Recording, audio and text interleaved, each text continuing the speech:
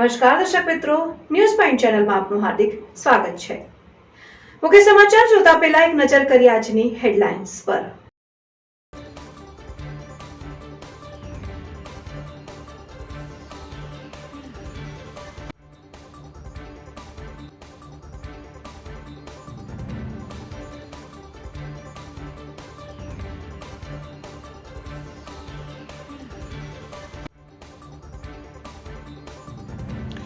અમીરગઢના મામલતદારના bogus સહી સિક્કા કરી જમીનના હુકમો કરનારા મામલામાં એક શખ્સ ઝડપાયો। પોલીસે સમગ્ર કૌભાંડના માસ્ટરમાઇન્ડને ઝડપી લેવાના ચક્રો ગતિમાન કર્યા। શક્તિપીઠ અંબાજી ખાતે 12 ફેબ્રુઆરીથી 16 ફેબ્રુઆરી સુધી 51 શક્તિપીઠ પરિક્રમા મહોત્સવ યોજાશે। કલેક્ટર કચેરી ખાતે જિલ્લા કલેક્ટરે ગબ્બર પરિક્રમાના 5 રથોનું પ્રસ્થાન કરાવ્યું।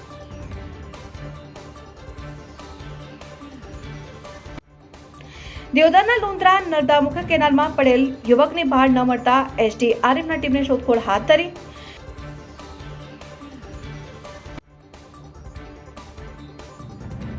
ડીસાની હિમાલય રેસિડેન્સીમાં ઉભરાતી ભૂગર્ભ ગટરતા ગંદા પાણીથી લોકો ત્રાહિમામ। નગરપાલિકા પહોંચી રજૂઆત કરી। હવે જોઈએ મુખ્ય સમાચાર વિગતવાર।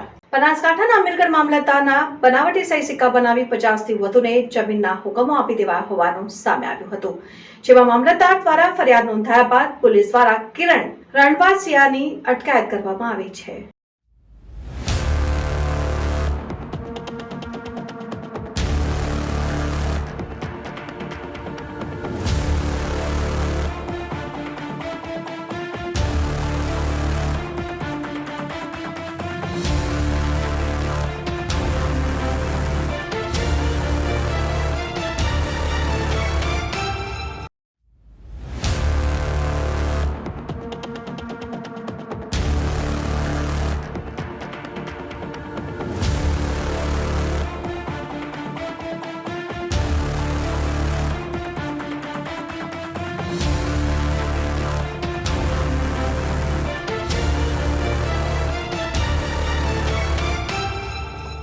બનાસકાંઠાના અમીરગઢ મામલતદારના બનાવટી સહી સિક્કા બનાવીને 50થી વધુને જમીનના હુકમો આપી દેવાયા હોવાનું સામે આવ્યું છે, જેમાં મામલતદાર દ્વારા ફરિયાદ નોંધાયા બાદ પોલીસ દ્વારા એક શખ્સની અટકાયત કરવામાં આવી છે।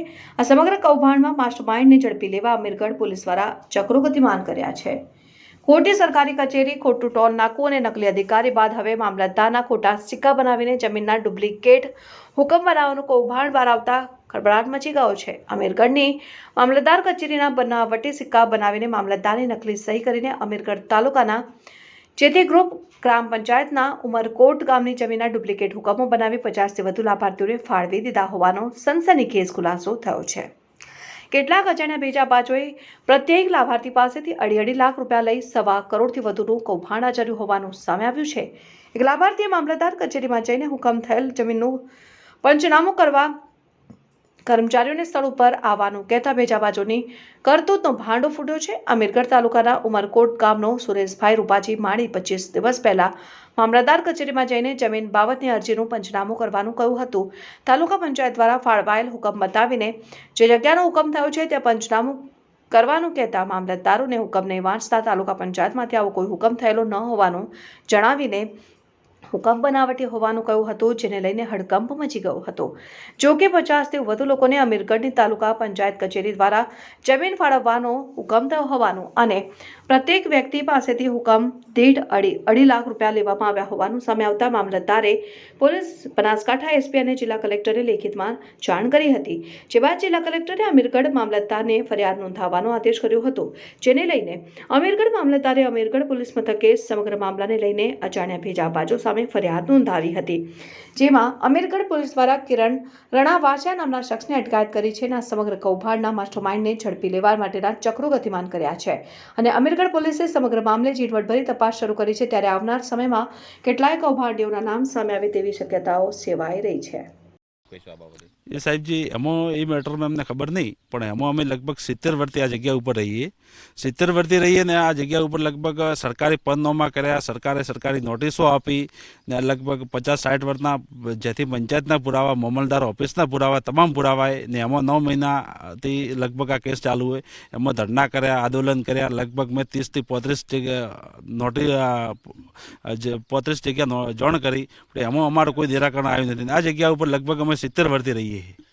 સરકારી રેકર્ડમાં આ જમીન કોના નામે બોલે છે? સરકારી રેકોર્ડમાં સાહેબ એમાં સરકારી રેકોર્ડ ભૂમ માફિયા નામે થઈ છેડા થયા ને મૂળ માલિક 54 હતો. 54માંથી 217 એકર કરીએ ને રીસર્વેના નકશાના આધારે એમાં અમારે લગભગ 20-25 આજની તારીખમાં મારા 70 વર્ષના મારા પાસે પુરાવા છે મામલતદાર ઓફિસના ના જેથી પંચાયતના કે મારા પાસે આ સરકારી જગ્યા છે, એની એ જગ્યા બીજા ભૂમાફિયા નામે બોલે.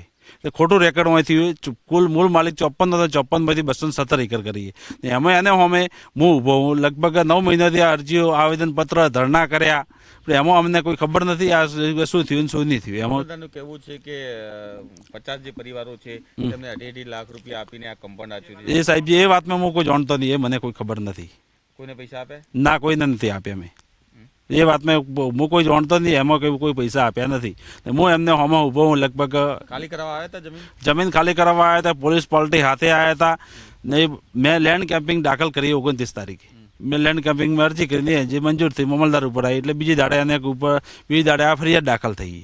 તમારા જોડે બધા ડોક્યુમેન્ટ જમીનના ઓરિજિનલ તમામ મારા પાસે હું 70 વર્ષના પુરાવા રજૂ કરવા માટે તૈયાર. સ્થળના મામલતદાર ઓફિસના ને જેથી પંચાયતના ને સ્થળ આજુબાજુના લોકોના નિવેદન લાવું કે આ જગ્યા ઉપર 70 વર્ષથી રહીએ, આની આ જગ્યા મારા બાપ દાદાના વખતને રહીએ, મારા પાસે પેઢીનોમું બધું તમામ છે, પણ આ જગ્યા ઉપર અમે 70 વર્ષથી અમારા નોમે ના થઈ તો એ ભાઈના નોમે કઈ રીતે થઈ? ને સરકાર કે સરકારી જગ્યા, અમને સરકાર ગમે તે કરે, સરકારની વસ્તુ અલગ છે, પણ એમાં ભૂમાફિયા ડાયરેક્ટ પોલીસ તંત્ર લઈને દુરુપયોગ કરીને આવ્યા હતા. બસ એ હુકમની કોપી જોતા એ હુકમની કોપી બિલકુલ ખોટી હતી કે અમારા કચેરી તરફથી કે સરકારી તંત્ર તરફથી આવો કોઈ હુકમ અમારા તરફથી કરવામાં આવેલો નહોતો.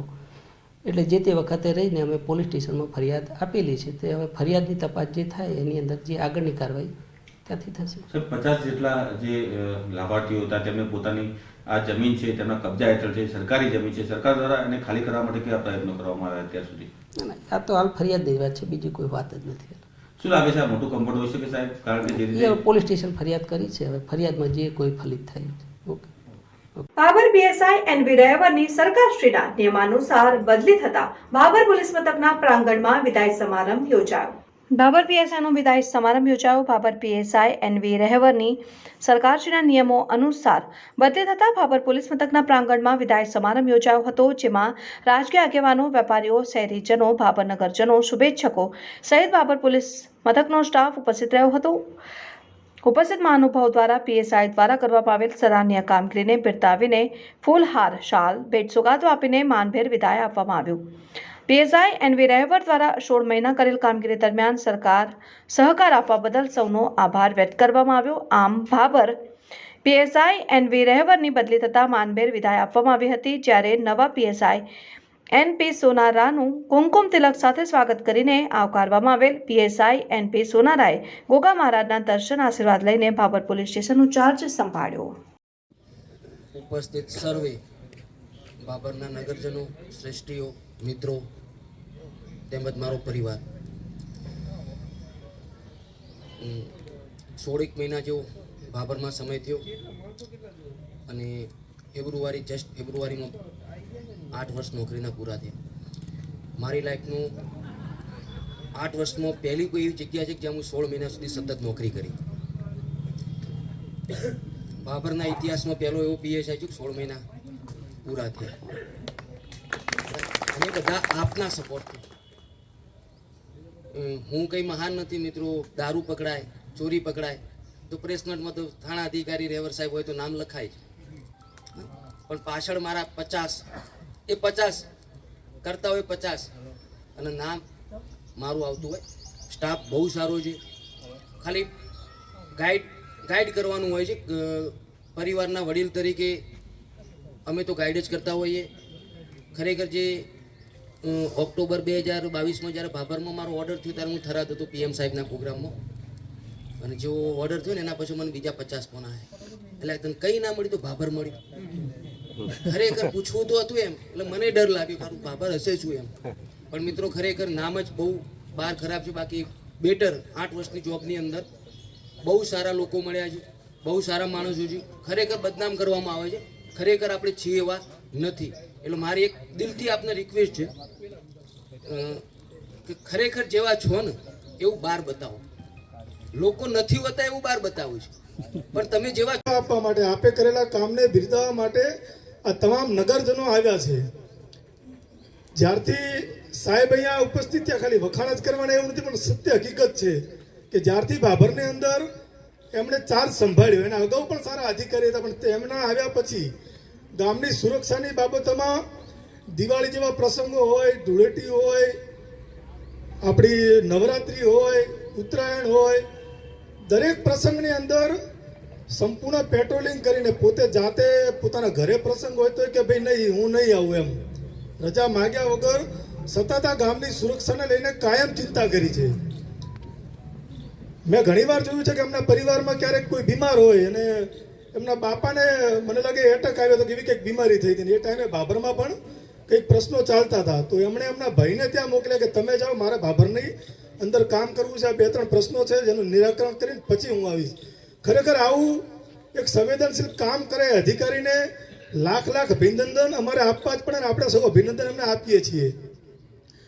કોઈ ગંભીર પ્રકારના ગુના બન્યા હોય, કોઈ અકસ્માત થયા હોય, ઘણી વખત જોયું છે કે અકસ્માત બન્યા હોય તો કે ઘણીવાર કેવું થાય કે સાંજે કોઈ ઘટના બની હોય તો સવાર સુધી એનું પંચનામું ના થયું હોય ને પછી બીજા દિવસે. બનાસકાંઠાના પવિત્ર યાત્રાધામ અંબાજી ગબ્બર સ્થિત 51 શક્તિપીઠ ખાતે 12 ફેબ્રુઆરીથી 16મી ફેબ્રુઆરી સુધી શક્તિપીઠ પરિક્રમા મહોત્સવ યોજાવા જઈ રહ્યો છે, જેમાં ગુજરાતભરના લોકો મોટી સંખ્યામાં પહોંચે તે હેતુસર બનાસકાંઠાના વહીવટીતંત્ર અને અંબાજી માતા દેવસ્થાન ટ્રસ્ટ દ્વારા પ્રચાર પ્રસાર માટે 5 રથોનું પ્રસ્થાન કરાવાયું.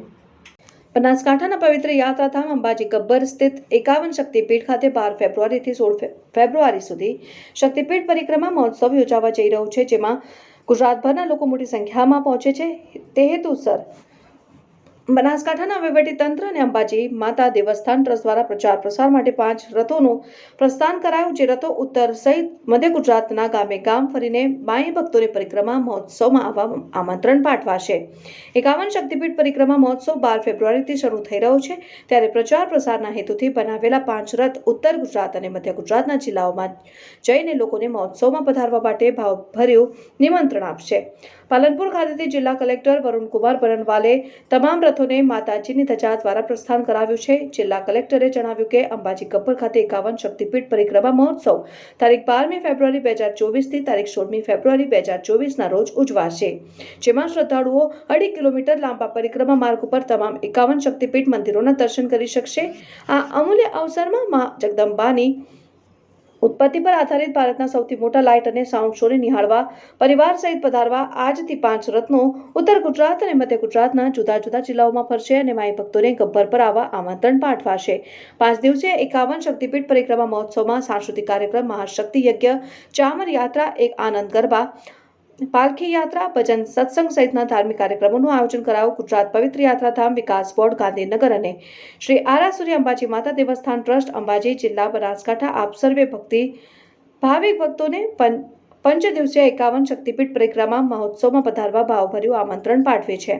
ઉલ્લેખનીય છે કે 51 શક્તિપીઠમાં માનું ભારત ઉપર નેપાળ, પાકિસ્તાન, શ્રીલંકા, તિબેટ અને બાંગ્લાદેશમાં તથા ભારતના વિભિન્ન રાજ્યો જેમ કે પશ્ચિમ બંગાળ, બિહાર, ત્રિપુરા, મેઘાલય, આસામ, તમિલનાડુ, મહારાષ્ટ્ર, મધ્યપ્રદેશ, આંધ્રપ્રદેશ, ઉત્તર પ્રદેશ, હિમાચલ પ્રદેશ, હરિયાણા, પંજાબ, ઓરિસ્સા, રાજસ્થાન, કાશ્મીર જેવા રાજ્યોમાં સ્થિત મૂળ શક્તિપીઠોની આબેહૂબ પ્રતિકૃતિઓનું ગબ્બર 51 શક્તિપીઠ પરિક્રમા માર્ગમાં નિર્માણ કરવામાં આવેલું છે. देखिए आगामी 12 તારીખથી 16 તારીખ દરમિયાન અંબાજી ખાતે 51 શક્તિપીઠ પરિક્રમા મહોત્સવનું આયોજન ગુજરાત સરકાર, યાત્રાધામ બોર્ડ અને મંદિરના ટ્રસ્ટ દ્વારા કરવામાં આવ્યું છે. 12 તારીખથી 16 તારીખ દરમિયાન રોજના લાખોની સંખ્યામાં ભક્તો 51 શક્તિપીઠની પરિક્રમા માટે આવશે. એમના માટે ટ્રાન્સપોર્ટેશનની સુવિધા, ભોજનની સુવિધા, બાકી અન્ય જે યુટિલિટીઝની જરૂર પડે છે એ તમામ સુવિધાઓ યાત્રાધામ બોર્ડ, ગુજરાત સરકાર અને મંદિરના ટ્રસ્ટ દ્વારા ત્યાં અંબાજીની અંદર ઊભી કરવામાં આવનાર છે. હું આપના થકી બધા મારી ભક્તોને અપીલ કરું છું કે આ પરિક્રમા મહોત્સવ દરમિયાન મોટી સંખ્યામાં આવીને અંબાજીમાં દર્શન કરી ધન્યતા અનુભવે. આ 5 રથો પ્રસ્થાન કરવામાં છે, કયા કયા જિલ્લામાં ફરશે અને કેવી રીતે પ્રચાર પ્રસાર? જે આ 5 રથો આજે જે પ્રસ્થાન કર્યા છે એ 51 શક્તિપીઠ પરિક્રમા મહોત્સવનું પ્રચાર પ્રસાર આજુબાજુના ઉત્તર ગુજરાત અને મધ્ય ગુજરાતના તમામ જિલ્લાઓમાં ફરીને એમનું રૂટ બનાવ્યું છે.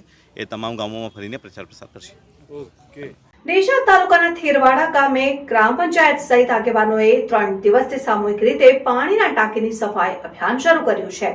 ગ્રામજનોને સ્વચ્છ અને ચોખ્ખું પાણી મળી રહે તે માટે સફાઈ અભિયાન શરૂ કરાયું. છેલ્લા ઘણા સમયથી પાણીજન્ય રોગોમાં ખૂબ જ વધારો થઈ રહ્યો છે. તેના કારણે લોકોને ઝાડા ઉલટી જેવી બીમારીઓ થઈ જાય છે. ત્યારે ગ્રામજનોને પીવા માટે જંતુ રહિત ચોખ્ખું પાણી મળી રહે તે માટે થેરવાડા ગ્રામ પંચાયત દ્વારા 3 દિવસથી સામૂહિક સફાઈ અભિયાન હાથ ધરાયું, જેમાં સરપંચ ઉપસરપંચ સહિત આગેવાનોની ટીમે પીવાના પાણીના બોરની સંપૂર્ણ સફાઈ કામગીરીમાં જોડાયા હતા. ટીમ દ્વારા 3 દિવસથી આ સફાઈ અભિયાન શરૂ કરીને પાણીના ટાંકીઓની સફાઈ કરાવી છે. ત્યારબાદ દવાનો છંટકાવ કરી નવું ચોખ્ખું પાણી ભરવામાં આવશે. ગ્રામજનો કોઈ પણ બીમારીનો ભોગ ન બને અને તમામનું આરોગ્ય જળવાઈ રહે તે માટે ગ્રામ પંચાયત દ્વારા સફાઈ અભિયાનનું આયોજન કરાયું. આ અંગે તલાટી કમ મંત્રી BI મુલિયાણાએ જણાવ્યું હતું કે ગામમાં છેલ્લા 3 દિવસથી પાણીના ટાંકાઓની સફાઈ અભિયાન ચાલી રહ્યું છે, જેમાં સરપંચ ઉપસરપંચ સહિત ગામના લોકો પણ જોડાયા છે અને તમામ પાણીના ટાંકાઓની સાફ સફાઈ થઈ રહી છે. આ સફાઈ અભિયાન દરમિયાન લોકોને પાણીની તકલીફ ન પડે તે માટે ટેન્કર દ્વારા પાણી પૂરું પાડવામાં આવ્યું છે. ડીસા તાલુકાના થેરવાડા ગામે છેલ્લા 3 દિવસથી ગામમાં આવેલ પાણીના ટાંકાઓની સફાઈ કરવામાં આવી રહી છે અને પાણીના ટાંકાઓમાં જરૂરી સફાઈ ઉપરાંત જરૂરી દવાઓનો ઉપયોગ કરીને પાણીની ટાંકાઓની સફાઈ કરવામાં આવી રહી છે. છેલ્લા 3 દિવસથી ગ્રામ પંચાયતના સરપંચશ્રી, ઉપસરપંચશ્રી તેમજ ગ્રામ પંચાયતના સભ્યશ્રીઓ આ કામગીરીમાં મદદરૂપ થઈ રહ્યા છે અને 3 દિવસથી જે ગામમાં પાણી વિતરણ બંધ છે છતાં અમે ગ્રામ પંચાયત વતી પાણીની ટેન્કરો દ્વારા વૈકલ્પિક વ્યવસ્થા કરી અને પાણી પૂરું પાડવામાં આવી રહ્યું છે. કામગીરી સતત ચાલુ છે અને ઝડપ કામગીરી અમે પૂર્ણ કરીશું. ભાભર દરબાર રાજપૂત સમાજ દ્વારા PSI ને ભવ્ય વિદાય અપાઈ. ભાભર દરબાર રાજપૂત સમાજ દ્વારા PSI ને ભવ્ય વિદાય અપાઈ. ભાભર પોલીસ સ્ટેશનમાં 16 માસથી ફરજ બજાવતા PSI NV રહેવરની સરકારશ્રીના નિયમો અનુસાર બદલી બનાસકાંઠા જિલ્લાના વડગામ તથા ભાભર જૂના રાઠોડ દરબાર રાજપૂત ક્ષત્રિય સમાજ વડીલો યુવાનો દ્વારા હનુમાનજીના મંદિરે PSI NV રહેવરનો વિદાય સમારંભ યોજાયો, જેમાં PSI NV રહેવરને શાલ ઉડાડી શાફો પહેરાવીને વિવિધ ભેટ આપીને સન્માન સાથે ભાવભરી વિદાય આપવામાં આવેલ. આ કાર્યક્રમ દરમિયાન મોટી સંખ્યામાં રાઠોડ દરબાર સમાજના યુવાનો ઉપસ્થિત રહ્યા. આ કાર્યક્રમ દરમિયાન PSI રહેવરે સમાજના યુવાનો વડીલોને ટકોર મારતા જણાવ્યું કે સમાજમાં શિક્ષણ હશે તો સમાજ આગળ આવશે, માટે દરેક પોતાના બાળકોને વધુમાં વધુ ભણાવે તેવા સંકલ્પ સાથે સૌનો આભાર વ્યક્ત કર્યો. દેવધરના લુંદ્રા નર્મદા મુખ્ય કેનાલમાં પડેલ યુવકને ભાળ ન મળતા SDRFની ટીમે શોધખોળ હાથ ધરી. દેવધર લુંદ્રા મુખ્ય નર્મદા કેનાલમાં યુવાને છલાંગ લગાવી મામલામાં 24 કલાક બાદ પણ યુવકની ભાળ ન મળતા આખરે SDRFની ટીમ દ્વારા શોધખોળ હાથ ધરાઈ. ગતરોજ દિયોદર લુંદ્રા નજીક જાડા ગામના બાબાજી ઠાકોર નામના યુવાને કેનાલમાં છલાંગ મારી હતી, જેને ગઈકાલે ફાયર ફાઇટરની ટીમ દ્વારા શોધખોળ હાથ ધરાઈ હતી, પરંતુ 24 કલાક બાદ યુવાનનો પત્તો ન લાગતા SDRFની ટીમે શોધખોળ હાથ ધરી છે. દેશમાં સ્ત્રીઓમાં વધતા જતા સ્તન અને સર્વાઇકલ કેન્સર અંગે જાગૃતિ આવે તે માટે ડીસા નગરપાલિકા હોલ ખાતે આશીર્વાદ ફાઉન્ડેશન દ્વારા મહિલા જાગૃતિ સેમિનારનું આયોજન કરાયું. મહિલાઓમાં સ્તન અને સર્વાઇકલ કેન્સર જેવી જીવલેણ બીમારી વધી રહી છે, જે અંગે જાગૃત કરવા માટે આ કેન્સરથી બચવા માટે મહિલાઓએ શું કરવું જોઈએ તે અંગે આશીર્વાદ ફાઉન્ડેશન દ્વારા જાગૃતિ અભિયાન ચલાવવામાં આવ્યું છે, જે અંતર્ગત આજે ડીસા નગરપાલિકા હોલ ખાતે પણ એક સેમિનારનું આયોજન કરાયું, જેમાં 100થી વધુ મહિલા પોલીસ કર્મચારીઓ સહિત અનેક મહિલાઓ હાજર રહી હતી અને આશીર્વાદ ફાઉન્ડેશનના સંચાલકો દ્વારા બજારમાં વેચાતા ફાસ્ટ ફૂડથી કઈ રીતે મહિલાઓને નુકસાન થઈ રહ્યું છે તે અંગેની સાચી સમજ અને કેન્સરથી બચવા માટે શું સાવચેતી રાખવું જોઈએ તેના લક્ષણો કયા છે તે અંગે સંપૂર્ણ માહિતી આપવામાં આવી હતી. આ અંગે આશીર્વાદ ફાઉન્ડેશનના ડિમ્પલ પટેલે જણાવ્યું હતું કે આખરે મહિલાઓ સૌથી વધુ ફાસ્ટ ફૂડ, જંક ફૂડ અને પેસ્ટિસાઇડ વાળો ખોરાકનું સેવન કરે છે. બજારમાં અને સૌથી વધુ લારીઓ પર મળતી મેદાની ચીજ વસ્તુઓ આપણા શરીરને ખૂબ જ નુકસાન પહોંચાડે છે. આવી ચીજ વસ્તુઓ ખાવાથી શરીરમાં કેન્સરનું જોખમ વધી જાય છે અને મહિલાઓએ બજારમાંથી ખાતા જંક ફૂડ અને મેદાની પ્રોડક્ટ્સનું સેવન ટાળવું જોઈએ. નમસ્તે, મારું નામ પટેલ ડિમ્પલ છે. હું આશીર્વાદ ફાઉન્ડેશન PSP પ્રોજેક્ટ લિમિટેડ તરફથી અમે એક સ્તન કેન્સર અવેરનેસ અને નિદાનનો કેમ્પ ચલાવીએ છીએ. કે જેની અંદર અરે વર્તમાન સમયની અંદર વધતા જતા સ્તન કેન્સરના રોગ કેવી રીતે થાય છે, એના લક્ષણો કેવા, એના વિશે જાગૃતતા આપીએ છીએ. લક્ષણોની વાત કરીએ અથવા કારણોની વાત કરીએ તો કે સૌથી વધારે આજનું ફાસ્ટ ફૂડ જીવન, કે સૌથી વધારે આપણે આજે મેદાનો ઉપયોગ કરીએ છીએ, પેસ્ટિસાઇડવાળો ખોરાક આપણે ખાઈએ છીએ, એના કારણે આપણી અંદર દિવસે દિવસે આ કેન્સરોમાં વધારો થતો ગયો છે, જે 13% વધીને 2 દિવસ પહેલાંનો જો રિપોર્ટની વાત કરીએ WHOનો તો 98,000 કરતાં પણ વધારે જો મહિલાઓની અંદર સ્તન કેન્સરના રોગો જોવા મળે છે. માટે આ રોગની અંદર જો બચવું હોય આપણે તો એનું સૌથી પહેલાં અર્લી ડાયગ્નોસિસ થવું, એટલે કે અર્લી એનું શોધાવવું.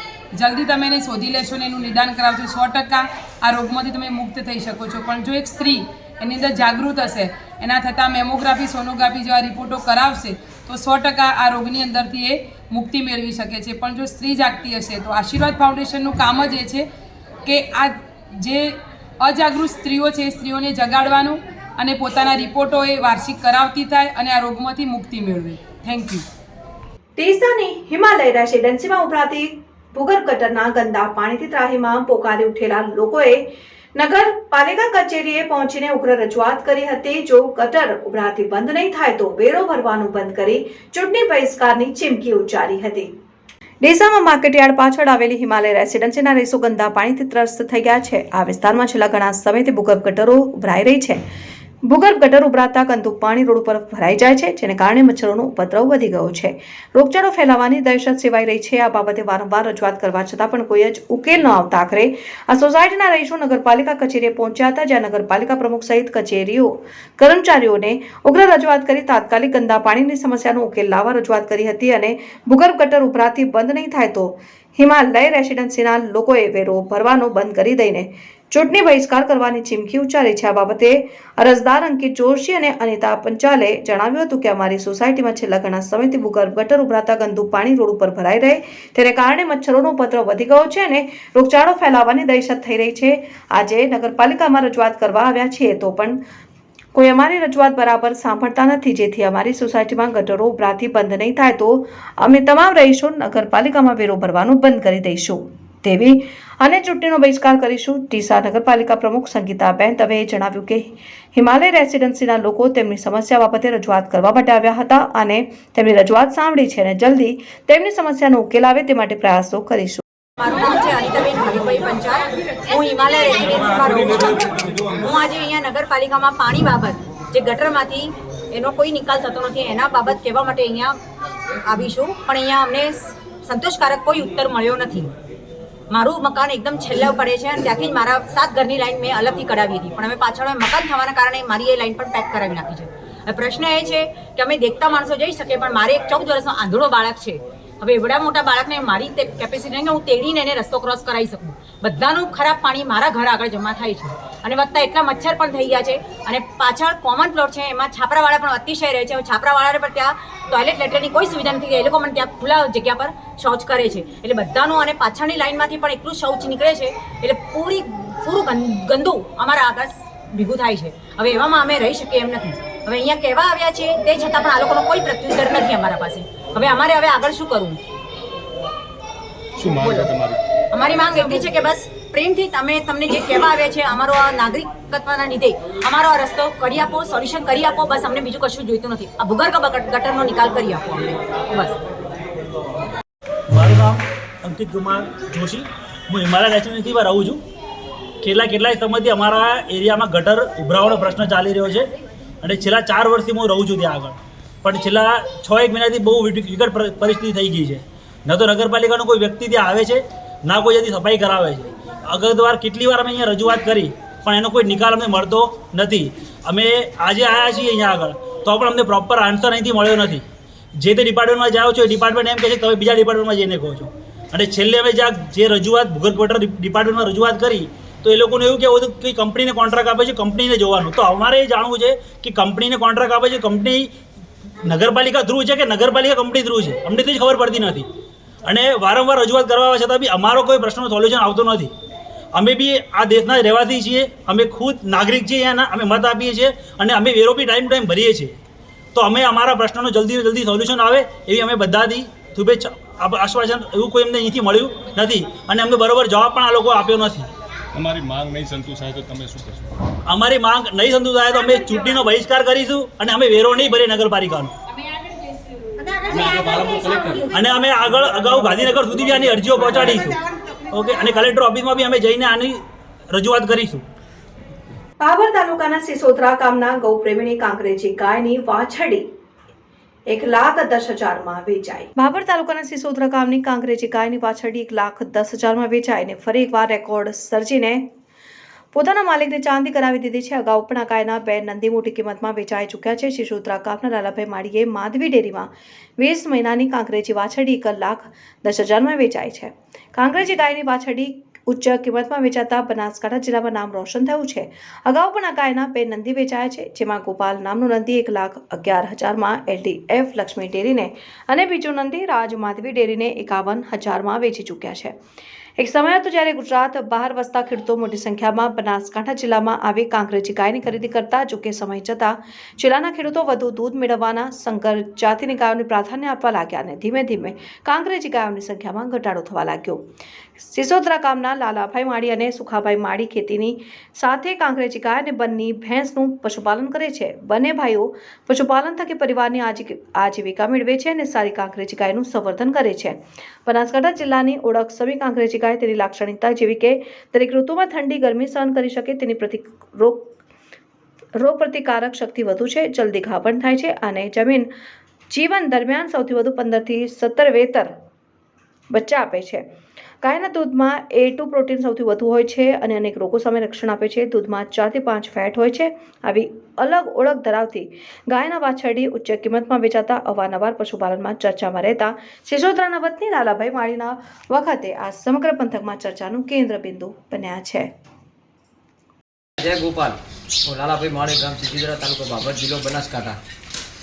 આ ગાય ટાઈમનું 12 લીટર દૂધ છે. એટલે આજે અમે એક વાછરડી આપી છે માધવી ડેરીમાં, પરિણામની માધવી ડેરીમાં વાછરડી આપી છે. 21 મહિનાની વાછરડી અમે આપી છે. 1,10,000 પરવીનભાઈ ચૌધરી, પાલનપુર ભડકાવાળા એમનું ફોર્મ છે, ત્યાં આગળ આપી છે અમે 1,10,000. પહેલાં મેં આનો એક આંકડો વેચ્યો હતો LDF લક્ષ્મી ડેરી પંજાબ, એ લોકો 1,11,000 આંકડો લઈ ગયા હતા. બીજો નંદી આનો જ અમે માધવી ડેરીમાં આપ્યો હતો, એ 51,000 10 મહિનાનો વાસળો પરવીનભાઈ લઈ ગયા હતા. અને બીજી વાસળી પરવીનભાઈ લઈ જાય 1,10,000ની. એટલે અમારું કહેવું કે સારી ગાયો રાખો અને સારી બ્રીડ તૈયાર કરો તો ઊંચો ભાવ પણ મળે, પશુપાલકને પણ પૂરતો ભાવ મળે. એટલે આવી ગાયો તૈયાર કરો તો સારું. જય ગૌ માતા, જય ગોપાલ. પાલનપુર શહેરમાં મિલકત વેરો ન ભરનાર 35 મિલકતો સીલ કરાઈ. પાલિકાની ટીમે સ્થળ ઉપરથી 3 લાખના વેરાની વસૂલાત કરી. પાલનપુર નગરપાલિકાના ચીફ ઓફિસર નવનીત કુમાર પટેલની સીધી સૂચનાથી આજરોજ પાલનપુર નગરપાલિકા હદ વિસ્તારના રહેણાંક વિસ્તારમાં છેલ્લા ઘણા સમયથી ઘરવેરા ન ભરાતા ઇસમો સામે નગરપાલિકાએ લાલાં કરતા બાકીદારોમાં ફફડાટ વ્યાપી જવા પામ્યો છે. પાલનપુર નગરપાલિકા હદ વિસ્તારમાં આવેલ મારુતિ કોમ્પ્લેક્સ, ગુરુ નાનક ચોક તેમજ કીર્તિસ્તંભ, વાસુદેવ મોલ, પુરોહિત જીતેન્દ્ર કુમાર વાસુદેવભાઈ તથા બીજાઓના નામે ચાલતી બિન રહેણાંકની કુલ 35 જેટલી દુકાનો સીલ કરવામાં આવી છે અને સ્થળ ઉપરથી રૂપિયા 3 લાખની વસૂલાત કરવામાં આવી હતી. આ કામગીરીમાં ટેક્સ ઇન્સ્પેક્ટર નરેશભાઈ જોશી, ઇરફાનભાઈ સૈયદ, દશરથજી ઠાકોર, ધર્મેન્દ્ર પઢિયાર, પ્રવીણભાઈ ડાભી, રમેશ કે પરમાર, પ્રકાશભાઈ જોશી, બિપિન પરમાર, ભરત પુરોહિત અને સ્ટાફ સાથે સીલિંગની કામગીરી કરવામાં આવેલ અને અગાઉના દિવસોમાં આ કામગીરી ચાલુ રાખવામાં આવશે તેમ પાલિકાના સૂત્રોએ જણાવ્યું. દર્શકો, આ હતા અત્યાર સુધીના સમાચાર. હવે પછીના નવા સમાચાર સાથે ફરી મળીશું. ત્યાર સુધી જોતા રહો ન્યૂઝ પોઈન્ટ ચેનલ.